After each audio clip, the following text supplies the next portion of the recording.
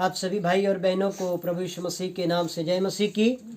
तो परमेश्वर का हम धन्यवाद करते हैं इस सुंदर अवसर के लिए, सुंदर समय के लिए, आज के पवित्र दिन के लिए कि परमेश्वर ने हमें एक नया दिन, एक नई सुबह, एक नई जिंदगी हमारे जीवन में दिया। हालेलुया। परमेश्वर का वचन जीवित है। आमीन। परमेश्वर का वचन प्रभावशाली है। परमेश्वर का वचन असर डालने वाला वचन है। बाइबल कहती है जिस प्रकार से आकाश से वर्षा गिरती है और वो भूमि को सिंचाई करती है ताकि बोने वाले को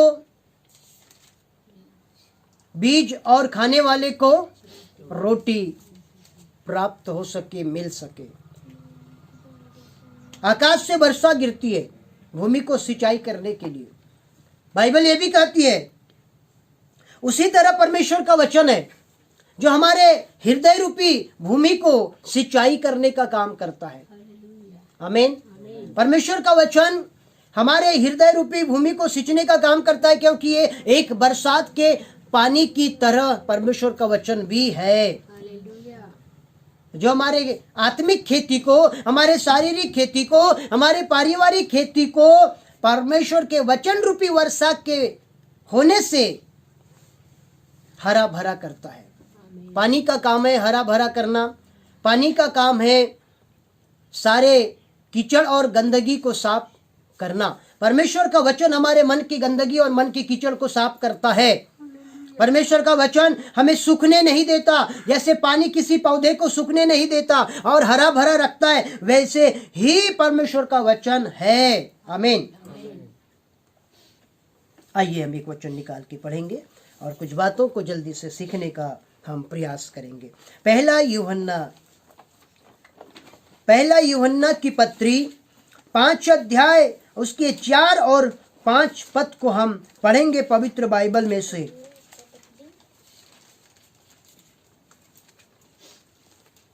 तीन 336 पृष्ठ संख्या नया नियम में पहला यूहन्ना अध्याय 5 4 और 5 पद को आप जरूर से पढ़ देवे।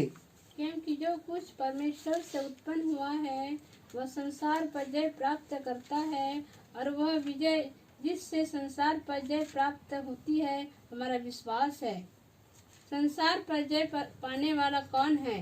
केवल वह जिसका यह विश्वास है कि यीशु परमेश्वर का पुत्र है। आमीन। आमीन। परमेश्वर का वचन यहाँ पे इस प्रकार से कहता है, क्योंकि जो कुछ परमेश्वर से उत्पन्न हुआ है, जो कुछ परमेश्वर से उत्पन्न हुआ है। अब परमेश्वर से क्या क्या उत्पन्न हुआ है?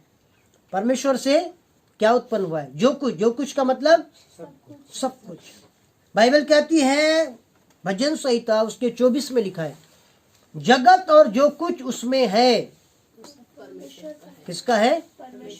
परमेश्वर यहोवा ही का है, वरन उसमें रहने वाले भी। आप और हम सब परमेश्वर के हैं। परमेश्वर ने हमें उत्पन्न किया। परमेश्वर के हाथों की हम रचना है। जो कुछ परमेश्वर से उत्पन्न हुआ, अब जो कुछ परमेश्वर से उत्पन्न हुआ इसको हम उत्पत्ति की किताब के पहले अध्याय, दूसरे अध्याय में इसका वर्णन हम देख सकते हैं। जैसे कि परमेश्वर ने सारी चीजों की रचना किया, वहां पर इस प्रकार से हम पाते हैं, चाहे वो जानवर हो, चाहे वो रेंगने वाले प्राणी हो, चाहे वो आकाश में उड़ने वाले पक्षी हो, चाहे वो समुद्र और उसकी मछलियां हो, चाहे वो तरह तरह के पेड़ हो, वृक्ष हो, फल देने वाले और दवा के काम आने वाले, चाहे सूर्य हो, चाहे तारे हो, चाहे चंद्रमा हो, वरन आखिरी में चाहे आप और मैं भी। इसीलिए देखिए परमेश्वर का वचन ना यहाँ क्या बोल रहा है, जो कुछ परमेश्वर से उत्पन्न हुआ। ठीक है, अब हम यहाँ ध्यान देते हैं, जो कुछ परमेश्वर से उत्पन्न हुआ। उत्पत्ति में आओ हम मनुष्य को अपने स्वरूप और समानता में बनाए। यानी 1 अध्याय 2 अध्याय में परमेश्वर ने मनुष्य को किस प्रकार से और सारी सृष्टि को कैसे रचना किया, हम वहां वर्णन को पाते हैं।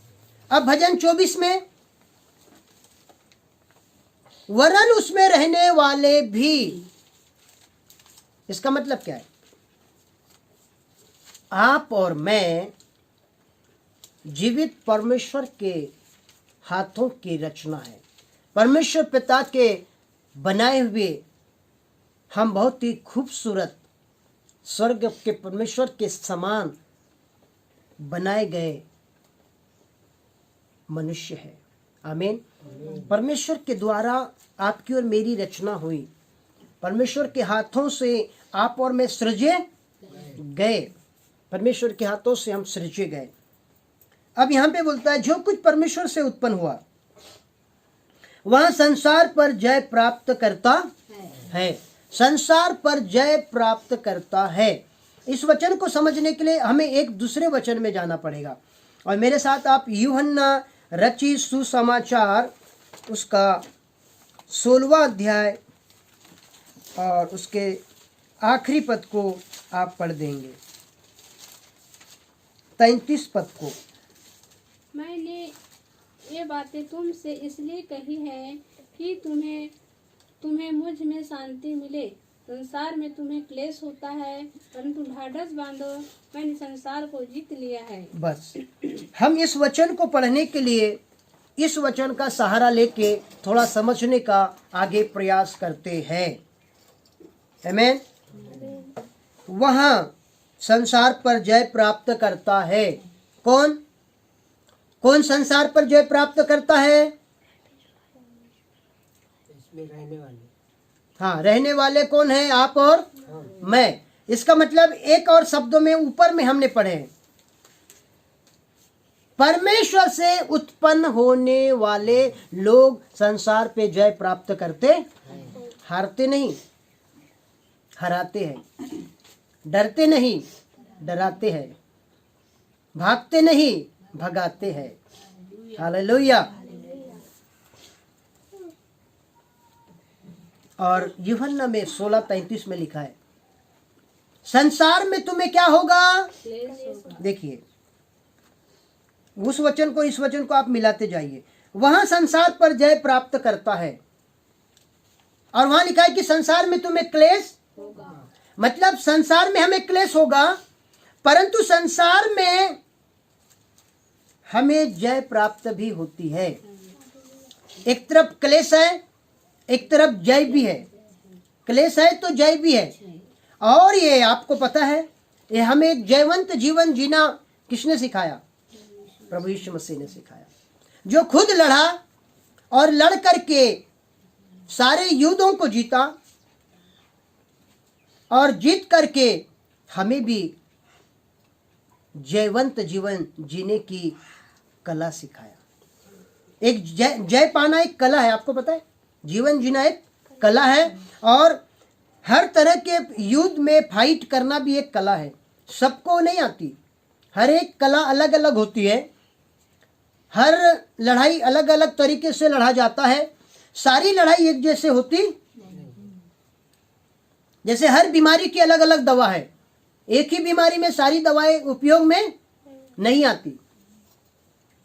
सब चीज का अपना अलग अलग असर होता है, सब चीज का अपना अलग अलग पावर होता है।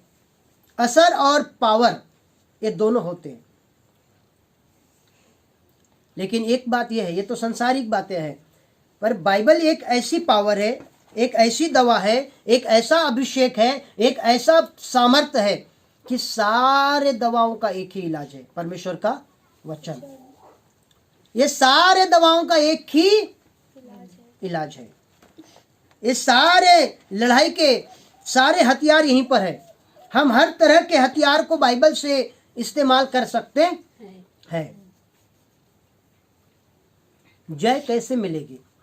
जो परमेश्वर के बेटा बेटी है वो कभी संसार से हार नहीं सकते, क्योंकि संसार में क्या होता है? क्लेश होता है। अब क्लेश कई प्रकार के होते हैं, ठीक है।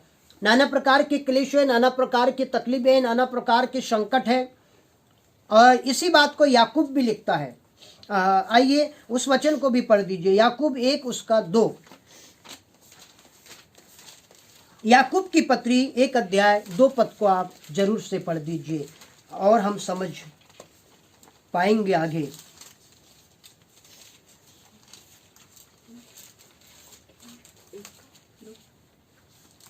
दया और शांति और प्रेम तुम्हें बहुतायत से प्राप्त होते रहे। याकूब 1 का 2 पढ़े।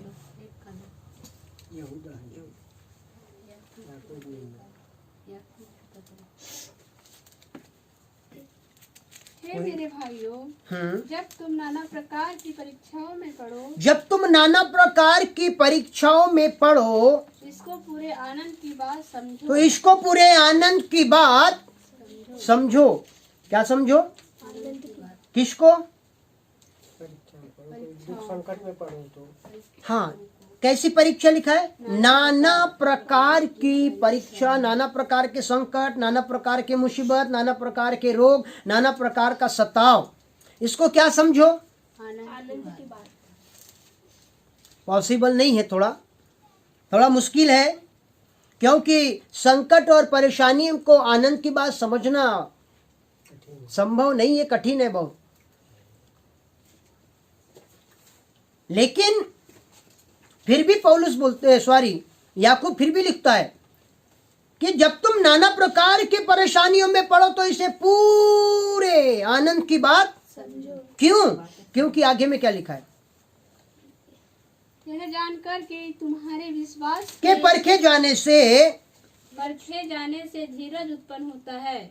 तुम्हारे विश्वास के परखे जाने से धीरज उत्पन्न होता है। कई बार परमेश्वर जानबूझ के हमें गड्ढे में जाने देता है, आपको पता है? जानबूझ के। अगर यूसुफ जानबूझ के गड्ढे में नहीं जाता, यदि यूसुफ जानबूझ के पोती पर के घर नहीं जाता, यदि यूसुफ जानबूझ के जेल में नहीं परमेश्वर जाने देता, तो फिर मिस्र कैसे पहुंचता? कहीं पहुंचने का कुछ बहाना तो होना। हालेलुया। भैया अभी हम 4 दिन बाहर गए, प्रार्थना मीटिंग सेवकाई में, कुछ बहाना था तभी तो गए ना। मतलब परमेश्वर किसी को भी कहीं भेजता है। आप यूं ही दिल्ली चले जाएंगे क्या? कुछ काम है दिल्ली, बॉम्बे या और भी कहीं आप जा रहे हैं तो कुछ काम है तभी तो जाएंगे। परमेश्वर आपके और मेरे लिए, हम में से किसी एक भाई बंधु को इस प्रकार से खड़ा करता है। हमारे किसी अपने को परमेश्वर आगे खड़ा करके उसको बड़े पद में ले जाएगा और उसके द्वारा धीरे धीरे फिर उसके कई सारे लोगों का भी क्या होगा? उद्धार होगा। और यूसुफ को परमेश्वर ने जानबूझ के जाने दिया, चाहता तो नहीं भी जाने देता, पर नहीं जाने देता तो मिस्र देश में पहुंचता नहीं, तो बाप दादाओं के साथ अकाल का सामना उसको भी करना।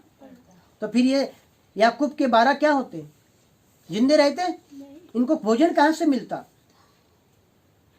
परमेश्वर को मालूम था अकाल पड़ने वाला है, पर याकूब के 12 को कैसे बचाना है ये पहले से सिस्टम मालूम था। और इसलिए यूसुफ को, उनमें से एक को, जो परमेश्वर के लिए एक खरा और भाग्यवान पुरुष था। हालेलुया। और यूसुफ ने परमेश्वर के साथ रहे और परमेश्वर यूसुफ के साथ रहा, ऐसा लिखा है। और यूसुफ जय पाते गया। क्या पाते गया? जय पाते गया। आमीन। जय पाते गया। जय पाना बहुत जरूरी है परिस्थितियों के ऊपर, हालातों के ऊपर। और यहाँ पे वही लिखा है कि जो परमेश्वर से उत्पन्न हुआ है वो जय पा सकता है, बाकी और कोई जय पा नहीं। क्योंकि आज के समय में परिस्थितियों को हराना, लालच को हराना, विचार को हराना, मृत्यु को हराना, पाप को हराना, बीमारी को हराना कोई मजाक बात नहीं है। बड़े बड़े MBBS और MD डॉक्टर हार जाते, बीमारी को हरा नहीं सकते। हाथ जोड़ देते, डॉक्टर बोले बस अब हमारे बस की बात, चाहे वो भारत देश का हो या अमेरिका देश का हो, डॉक्टर उतना ही करेगा जितने उसके दायरे में है। अन्यथा बोलता है बस हमारे बस की बात, बोले अब ऊपर वाला ही है बचा सकता है। हालेलुया। मतलब वो यहीं तक सीमित है, इसको वो हरा नहीं पाता। बहुत सी ऐसी लड़ाइयाँ हैं जो इंसान लड़ता तो है पर सारी लड़ाइयों को जीत नहीं कहीं न कहीं एक न एक बार जरूर वो हार जाता है। जीवन में हारना बहुत जरूरी, याद रखें, जीवन में हारना बहुत जरूरी। क्योंकि हार के द्वारा भी कुछ सीख मिलती है। हालेलुया। हार के द्वारा भी कुछ सीख। आखिर एक बड़ा योद्धा,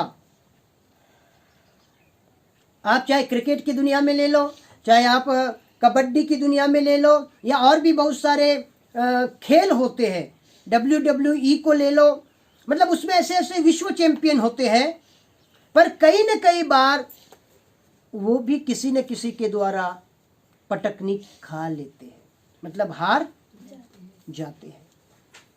पर वो हार को हार नहीं समझते। क्यों मालूम है? क्योंकि उनको ऐसा लगता है कि मैं आखिर चूका कहाँ, मैं आखिर मुझसे भूल कहाँ हुई, आखिर क्यों मैं इस दाव को समझ नहीं पाया और अगले वाले ने मेरे ऊपर दाव चला दिया। और कई बार मैं 1-2 बार WWE देखता हूं और मुझे उससे सीखने के लिए काफी कुछ मिलता है। कुछ ऐसे पेतरे होते हैं जो सामने वाला समझ नहीं पाता, पर अचानक उसको ऐसा मारता है और पटकनी देता है और वो जीत जाता है, अचानक जीत जाता है। उसको खुद को पता नहीं चलता कि मैं जीता, क्योंकि मार इतना खाता है वो उठने के लिए ताकत नहीं रहती। पर बोलते हैं ना, 2 की लड़ाई में तीसरा फायदा उठा लेता है। और वो तीसरा कौन है पता है आपको? तीसरा कौन है? शैतान। तीसरा कौन है? 2 की लड़ाइयों में तीसरा फायदा उठाने का काम किसका है? चाहे भाई बहन की लड़ाई हो, माता पिता की लड़ाई हो, पति पत्नी की लड़ाई हो, बाप बेटा या बेटी की लड़ाई हो, इसमें शैतान तीसरा फायदा उठा के उसमें पेट्रोल डाल के और भी धधकाते रहता है। पानी नहीं डालता शैतान। पानी क्यों डालेगा? वो तो मट्टी तेल डालेगा, डीजल पेट्रोल डालेगा और उसको धधका देगा और भी बढ़ा, क्योंकि उसको ऐसा करने से बहुत मजा आती। लड़वाने से शैतान को मजा आती है और लड़ने से परमेश्वर को दुख पहुंचता है। हम जब लड़ते हैं आपस में तो परमेश्वर को दुख पहुंचता है, पर जब शैतान हमको लड़वाता है तो उसको सुख पहुंचता है, वो आनंद मनाता है। बोले वाह देखो कितनी अच्छी बात है, मैं आज एक मसीह को हरा दिया। शैतान बोलता है मैं आज एक विश्वासी परिवार को, देखो मैंने उसके सामने लालच रखा, 5,000 की भयंकर बिल्टी रखा, कड़क कड़क नोट, और ये बोले हार गया। और शैतान बोलता है देखो एक बहुत बड़ी टीवी LED दीवार में चिपकाने वाली मैंने लोगों के घर में लगा दिया हूँ, और बोले जब ये टीवी देखते हैं तो मेरा मन आनंद से, बोले मैंने इनको टीवी में हरा दिया। लोग जुआ सट्टे में हरा देते हैं, लोग किसी को किसी में हराते हैं, लोग किसी को किसी में हराते हैं। शैतान हमको छोटे से LED टीवी में हरा दिया, एक सीरियल में हरा दिया। शैतान ने हमको कहीं ना कहीं हरा दिया। पर बाइबल यहाँ कहती है कि जो परमेश्वर से उत्पन्न हुआ है वो संसार पर विजय पाता है। हालेलुया। हारना हमारा काम नहीं है जी।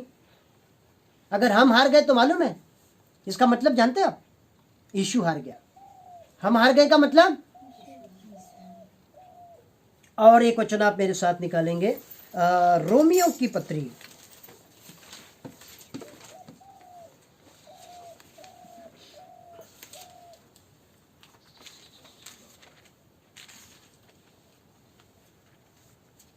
रोमियो की पत्री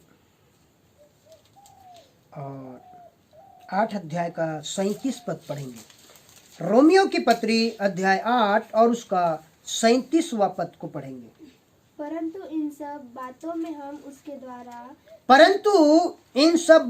हम उसके द्वारा जिसने अर्थात प्रभु यीशु मसीह ने हमसे प्यार किया, जयवंत से भी आमीन। और ये बहुत अच्छा है सच में, हमें जयवंत से बढ़कर बनाया गया है। और ये जय हमें प्राप्त कहां से होती है?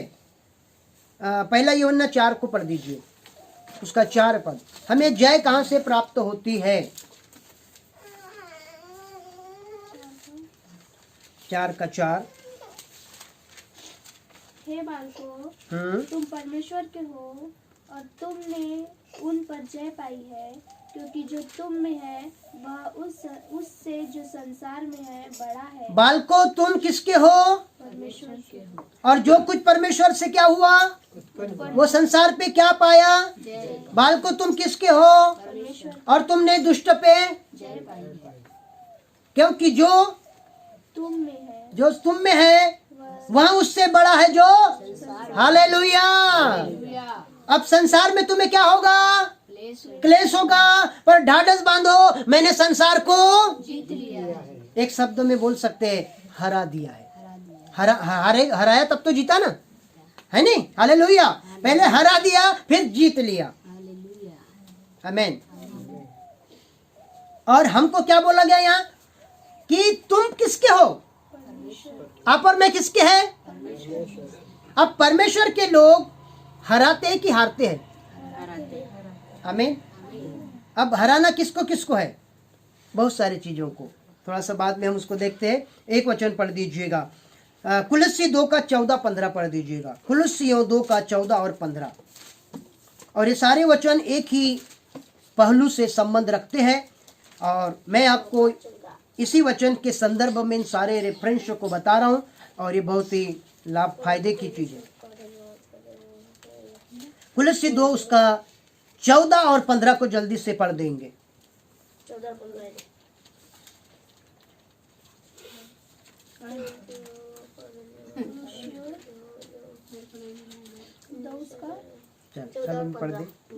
14-15।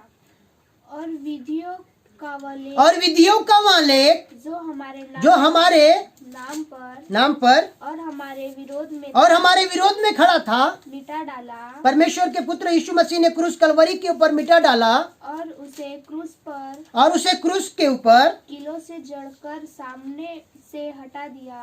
जड़कर सामने से जो उसके सामने था हटा दिया, और उसने प्रधानताओं और अधिकारों को हाँ ऊपर से उतार कर उनका खुल्लम खुल्ला तमाशा बनाया। हालेलुया।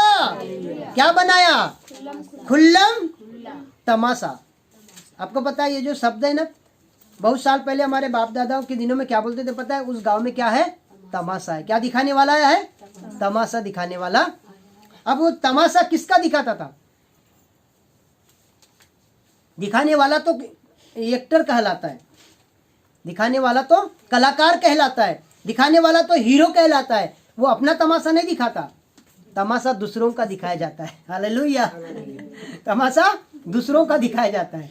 भाई मान के चलो, यीशु मसीह ने तमाशा किसका देखा? यीशु मसीह हीरो है, ठीक है। अब देखो, आपको एक पिक्चर की दुनिया में लेके चलता हूँ। एक हीरो होता है, वो तमाशा किसका दिखाता है? गद्दार का। किसका तमाशा दिखाता है? गद्दार का। और उसको मार मार के छुछुंदर बना, और सारी दुनिया उसका क्या देखती है? और ताली हीरो के लिए बजती है, और गद्दार के लिए तो बहुत मार खाया, बहुत गद्दार। बोलो यीशु मसीह की। मैं आपको पिक्चर की बातें नहीं बता रहा हूं, पर एक सच्चाई बता रहा हूं। यीशु मसीह के लिए सारी दुनिया में ताली बजी, और शैतान का तमाशा बन गया, और उसने तमाशा बनाने के लिए खुद भी तमाशा बना। पहले खुद तमाशा बनना पड़ता है। आपको पता है, अभी तो आपने ताली बजा दी, हंस दिए, पर आपको एक बात और मैं बता दूं, इसके दो पहलू होते हैं। पहले इंसान खुद तमाशा बनता है, तमाशा बन के फिर हीरो बनता है, उसके बाद दूसरों का तमाशा दिखाता है। हालेलुया। ये जीवन की सच्चाई है। क्या पहले से वो हीरो है? नहीं। हीरो बनने के पहले तमाशा नहीं बना। एक्टिंग करने से पहले कई भूल होती है, और जो डायरेक्टर होते हैं ना, वो हीरो लोगों को भी डांटते हैं, बोले यहाँ तुमने गलत किया, डबल से शूट करो, ये गलत हो गया। हालेलुया। स्वर्ग का परमेश्वर का बेटा यीशु मसीह हीरो बन के धरती पर आया, हमारे लिए उसका तमाशा बना। लोगों ने ठट्टा उड़ाए, मजाक उड़ाए। जब वो यीशु क्रूस कलवरी के ऊपर था, तो लोगों ने क्या बोले आपको पता है? तो अपने आप को भी, और जब वो पुकारने लगा तो लोगों ने क्या बोले? बोले देखते ये एलिया को पुकार रहा है। बोले अभी देखते कोई एलिया इसको बचाने के लिए आता है क्या, कि नहीं आता। प्रियो, तमाशा बना यीशु का। यीशु क्रूस पे लटका है, और नीचे में लोग, सेनापति लोग नीचे में खड़े हैं और हंस रहे हैं, उसका मजाक बना रहे हैं उसका। और सारी भीड़ जो आसपास में थी वो क्या कर रही है? देख रही है जी। क्या कर रही है? देख रही है। तमाशा बनाने वाले ये लोग, और पूरी भीड़ उस तमाशे को क्या कर रही है? देख रही है। और आपका और मेरा यीशु तमाशा बन गया। और यहाँ पे वही लिखा है, विधियों का वहां लेख जो हमारे विरोध में था, उसको क्रूस के ऊपर किलो से जड़ करके प्रधानता शासकों का और अधिकारियों का उसने नीचे, ऊपर से नीचे उतार के फेंक दिया और खुल्लम खुल्लम तमाशा। हालेलुया। या हमारे ऊपर जितने भी अधिकारी है ना शैतान के, उसको यीशु मसीह ने नीचे उतार के फेंक दिया। और उनका तमाशा बना दिया। हालेलुया। इसलिए प्रियो, आप और मैं जयवंत से बढ़कर है। रोमियो 8:37 के अनुसार हम क्या है? जयवंत से बढ़कर है। बढ़कर है। पर ये जय पाने का अधिकार केवल उन्हीं को है जो परमेश्वर से उत्पन्न, उसके संतान, परमेश्वर की संतान। जय पाने के लिए परमेश्वर से उत्पन्न होना पड़ता है। जय पाने के लिए परमेश्वर के संतान, बेटा बेटी होना पड़ता है। और आगे और एक बहुत बड़ी काम करना होता है। जय पाने के लिए, संसार को हराने के लिए, परिस्थितियों के ऊपर विजय पाने के लिए हमें सबसे पहले विश्वासी बनना पड़ता है। क्योंकि नीचे में लिखा है, पढ़ेंगे 5 पद को पढ़ेंगे। कौन सा वाला? पहला यूहन्ना 5 अध्याय और उसका 5 पद को पढ़ेंगे। संसार पर जय पाने वाला संसार पर जय पाने वाला कौन है? केवल वह जिसका यह विश्वास है कि यीशु परमेश्वर का पुत्र है। बस 1 मिनट, प्रश्नवाचक चिन्ह है, वहां रुकना पड़ेगा हमें। संसार पर जय पाने वाला कौन है? कौन है? कौन है जी? वह जो यीशु मसीह से उत्पन्न हुआ है, पहली बात। और दूसरी बात, संसार पर जय पाने वाला कौन है? तो उत्तर में यह लिखा है कि यहाँ की जो विश्वास करता है कि यीशु परमेश्वर का पुत्र है। हालेलुया। आमीन। आमीन। और यही तो विश्वास करना हमें होता है कि यीशु ही परमेश्वर का पुत्र है। जिसने मुझे देखा, उसने पिता को देखा। मैं पिता में हूँ और पिता, मुझे में। हम दोनों अलग, हम दोनों अलग नहीं है। परमेश्वर भी और यीशु भी दोनों एक ही है। अब उसको आप परमेश्वर के नाम से जानो या यीशु नाम से जानो या पवित्र आत्मा नाम से जानो, पर कुल मिला के वो एक ही है। अब बर्फ को पानी के नाम से भी जाना जाता है। बर्फ भी पानी है पर बर्फ बोलते हैं, पर है पानी। भाप भी पानी है पर उसको भाप बोलते हैं, पर है पानी। विज्ञान की भाषा में इसको ठोस, द्रव्य और गैस कहा जाता है। विज्ञान की भाषा में इस पानी के 3 रूप होते हैं और इसको ठोस, द्रव्य और गैस के नाम से जाना जाता है। तीनों के अलग काम है। जैसे बर्फ से कपड़े नहीं धो सकते, पर गर्म पानी को ठंडा जरूर कर सकते हैं। भाप से हम भाप का पानी नहीं पी सकते, पर भाप से खाना जरूर। आपको पता है भाप से ही खाना, सब्जी पकती है। आप ढक्कन खोल दो, पकने के लिए बहुत दिक्कत जाएगी, मजेदार नहीं पकेगा। इसलिए ढका जाता है, क्योंकि भाप से नीचे से आंच और ऊपर से भाप, नीचे की आंच ऊपर की भाप, तब वो दोनों का कॉम्बिनेशन होता है और वो बीच का चूल्हे का भात या सब्जी कुछ भी पकती। हमारे जीवन में एक कॉम्बिनेशन होना चाहिए। पिता, पुत्र और पवित्र आत्मा का मिलाव होना चाहिए, एक कॉम्बिनेशन होना चाहिए। और जब हम बीच में होते हैं तो नीचे से परमेश्वर की पवित्र आत्मा की आग और ऊपर से परमेश्वर का अभिषेक आता है और हमें एक मजबूत विश्वासी बना के पका देता है। हालेलुया। पकना जरूरी है, पकना तब खाने में मजा आता है। तो कच्चा खाना रहेगा तो बोले खाना कच्चा मजा नहीं, डाइजेशन खराब हो। जो पक्के मसीह नहीं है उनका डाइजेशन खराब होगा, याद रखें। जो पक्के मसीह है उनका डाइजेशन क्या, कोई भी खराब नहीं हो सकता। बोलो यीशु मसीह की। क्योंकि संसार में तुम्हें क्लेश होगा, पर ढाढ़स बांधो, यीशु मसीह ने, हमारे स्वर्गीय परमेश्वर के पुत्र यीशु ने संसार को जीत लिया है। बालको, तुम परमेश्वर के हो। आमीन। आप और मैं परमेश्वर के हैं। और हमने उस दुष्ट पर क्या पाई है? जय पाई है। जय पाई है। जय पाई है।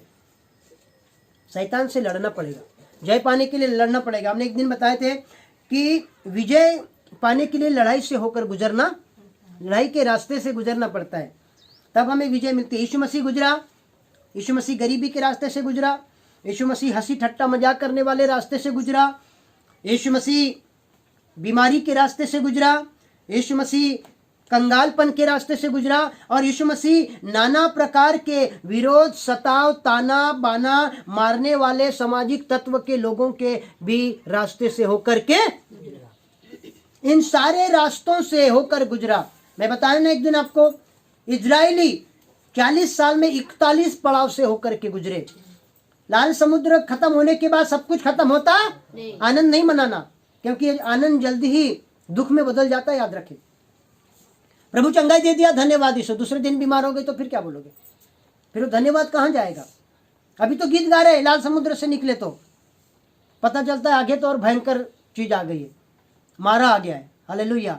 प्रिय, हमारे जीवन में और बहुत कुछ आना बाकी है, आ तो रहा है, आगे और आएगा।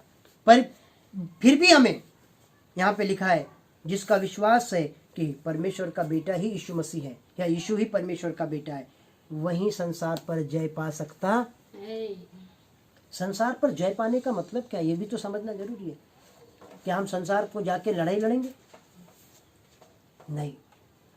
इफिसी 6 में हमारी लड़ाई के हथियार शारीरिक, 12 पद से लिखा है, हमारे लड़ाई के हथियार शारीरिक पर गढ़ों को ढा देने वाले। हमारा मलयुद्ध लहू और मांस से, पतरस लहू और मांस बहाना काम नहीं, तलवार अंदर रख, ये हमारी लड़ाई।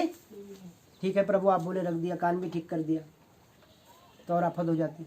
हालेलुया। हमारे क्योंकि वो है ही नहीं। हाँ, तलवार हमें चलाना है, तलवार हमें रखना है, पर कौन सी तलवार? ये क्या है? इफिसी 6 उसके 16, 17, 18 में लिखा है, 18 पद में लिखा है, परमेश्वर का वचन जो क्या है? तलवार है, लिखा है तलवार। उसे क्या कर लो? ले लो। क्या कर लो? ले लो। देखो दीदी, आपके पास तलवार नहीं है क्या? बाइबल नहीं है? हाँ देखो, तलवार नहीं है, इसलिए ये हरा नहीं पाती है दीदी शैतान को। तलवार रहेगा, भाई सामने वाले के पास भी तलवार है और हमारे पास लाठी रहेगी तो कैसा होगा? तलवार से पैनी हो, तलवार चलाएगा, हम लाठी से रोकेंगे तो लाठी क्या हो जाएगी? वो बोलते हैं ना, याद है ना आपको कहावत, लोहा लोहे को ही, लोहा काटने की पत्ती अलग आती है, सारी दुनिया जानती है। अब लोहा बल्ली काटने की, यानी ये पटिया काटने की पत्ती से लोहा काट देंगे तो क्या होगा? क्या हो गया भैया? आप हैदराबाद जाते हैं, आपको पता है क्या होगा? कट जाएगा, पत्ती कट जाएगी, क्योंकि उसका पावर लोहे में नहीं जमेगा। पावर होना मसीहों में, हालेलुया, तब शैतान कटेगा जी। उसके पास तो मनमानी हथियार है, गोलियत के पास तो मनमानी। एक तो पत्थर से क्या होगा सोचता हूँ, ये दाऊद क्या आम आदमी? शैतान कभी कभी हमको ना आम आदमी समझता है, पर उसको क्या मालूम हम आम नहीं है। जब अंदर से निकलते ना एक से एक हथियार, शैतान बोलता है लिखा है, यीशु मसीह बोलता है ये भी लिखा है, तू बाप है तेरा, मैं भी बाप हूं। हालेलुया। बोले ये लिखा है, अरे भैया तो ये भी तो लिखा है, तू भूल क्यों रहा है शैतान? तो मेरे को सिखाएगा। हालेलुया। प्रिय भाई और बहन, हम जय पाए लोग, याद रखें, हमारा जीवन जयवंतों से बढ़कर है। हमें संसार के ऊपर, संसार में बहुत सारी तकलीफें, संसार में शारीरिक रूप से और आत्मिक रूप से भी संसार में समस्या है, बुखार है, बीमारी है, दुष्ट आत्मा है, टोना टोटका है और वगैरह वगैरह, गरीबी है, श्राप है, ताने बाने है, लोगों की बुराइयां झेलना है, कई सारी चीजें झेलना है। आपको पता है ये भी एक सताव के समान है। और परमेश्वर के वचन रूपी तलवार से, तलवार को किस में रखा जाता है? म्यान। कुलुस्सी 3:16 में क्या बोला है? नहीं, कुलुस्सी 3:16 में क्या लिखा है? परमेश्वर के वचन को अधिकाई से कहाँ? हृदय क्या है? म्यान है। आमीन। यही तो हृदय क्या है हमारा, और उसमें क्या रखना है? कौन सा? वचन। और वचन क्या है? तलवार। अभी मैंने बोला तलवार कहाँ रखी जाती है, आपने म्यान बोले ना, तो हमारे म्यान क्या है? हृदय। और हृदय में क्या रखना है? परमेश्वर का वचन, वचन जो आत्मा की तलवार है। कुलुस्सी 3:16 और इफिसियों 6 उसका 18 पद के अनुसार आप इस वचन को मिलाव करके उसमें समझ सकते हैं। वचन को हृदय में अधिकाई से, अब यही वचन इफिसी 6:18 के अनुसार क्या है? आत्मा की तलवार है। और तलवार को म्यान में रखा जाता है, खुला नहीं। कोई पकड़ लेगा, कट जाएगा। तो परमेश्वर के वचन को कहीं रखना नहीं है, ऊपर नहीं रखना है। ऊपर पेन पॉकेट रखा जाता है, मोबाइल।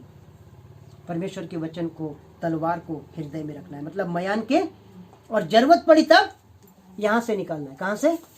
मुंह से निकालना है। हालेलुया। तलवार मेरे अंदर है, मुंह से निकलेगी, सामने वाला कट जाएगा। परमेश्वर के वचन में लिखा है कि वचन मेरे कहाँ है? मुंह में है।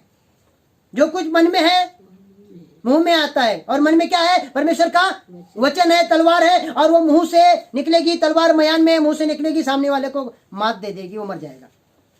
हालेलुया। बोलो यीशु मसीह की। पर याद रखे प्रिय भाई और बहनों, सामने वाले के पास भी तलवार है, चलाने के पैतरे मालूम होना चाहिए। खाली बस निकाल तो लिए, सामने वाला बोलेगा ये लिखा है मैं सारा जगत तुझे दे देता हूं, बस थोड़ा सा काम करना है नहीं? सारा जगत, बाप रे, 1-2 करोड़ रुपए की बात है तो समझ आती, पूरा विश्व दूंगा बोलता है। अगर कोई हमको बोले 2 करोड़ अब भी ये बैग में है, देख ले, बैग खोल के, अटैची खोल के 2 करोड़ है, सिर्फ एक काम कर कि थोड़ा सा मुझको प्रणाम कर ले और यीशु मसीह की निंदा कर दे, कहानी 2 करोड़ के लिए हम बिक जाते हैं। नहीं बिकते मेरे प्रियो। आज कई सारे ऐसे लोगों को मैंने देखा हूं, करोड़ की तो छोड़िए, लाखों में बिक गए, हजारों में लोग बिक जाते हैं। हजारों में लोग बोले मीटिंग कराओ 3 दिन का 7 लाख दो, हम बिक जाएंगे। एक आदमी मुझे बोला आप गए तो कितना लिए?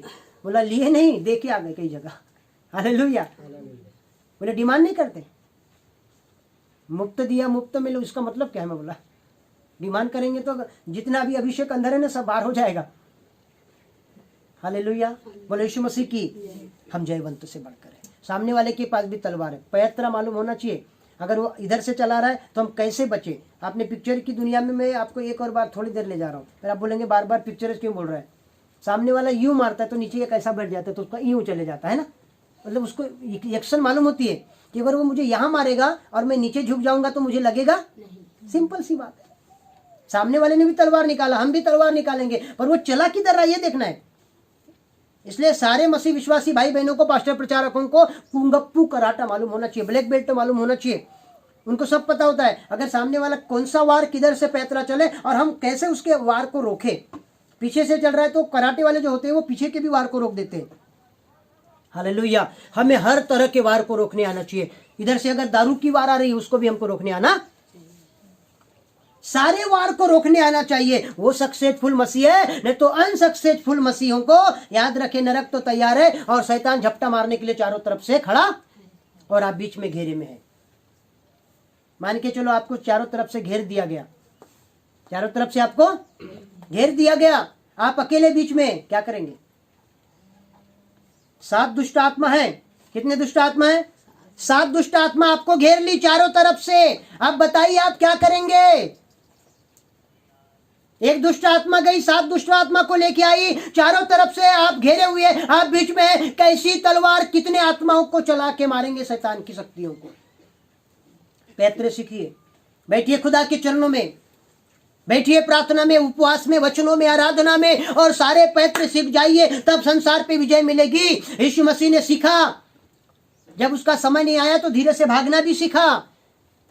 जब समय आया तो यहूदा को बोला अरे भाई तू मुझे चुम्मा लेके क्यों पकड़वाता है?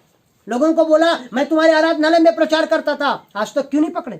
क्या मैं चोर हूं जो तलवार लाठी डंडा लेके आए हो? बोले ले जाओ मुझे, मैं तुम्हारे सामने हूं।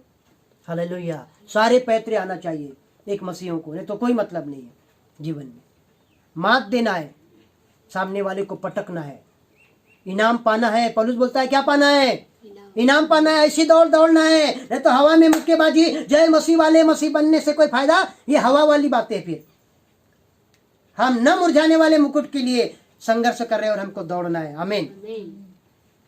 और इस वचन को पढ़ के मैं समाप्त करना चाहूंगा, क्योंकि जो कुछ परमेश्वर से उत्पन्न हुआ वह संसार पर जय प्राप्त करता है, और वह विजय जिससे संसार पर जय प्राप्त होती है हमारा विश्वास है। कहे आमीन। मतलब विजय किससे प्राप्त होती है? एक शब्दों में, विश्वास से। और ये विश्वास किस पर होना चाहिए? परमेश्वर के बेटे यीशु मसीह पर। निश्चय हम विजय पाए हुए लोग हैं। सो परमेश्वर हम सबको बहुत बहुत आशीष दे। इन वचनों के द्वारा परमेश्वर हमें बलवंत करे। इन वचनों के द्वारा परमेश्वर हमारे हृदय से बातें करे। हम इस समय में बलवंत हो जाए, हम यीशु मसीह में जयवंत हो जाए, एक जयवंत जीवन जिए और मसीह यीशु में आगे बढ़े। परमेश्वर हमारे साथ है। God bless you.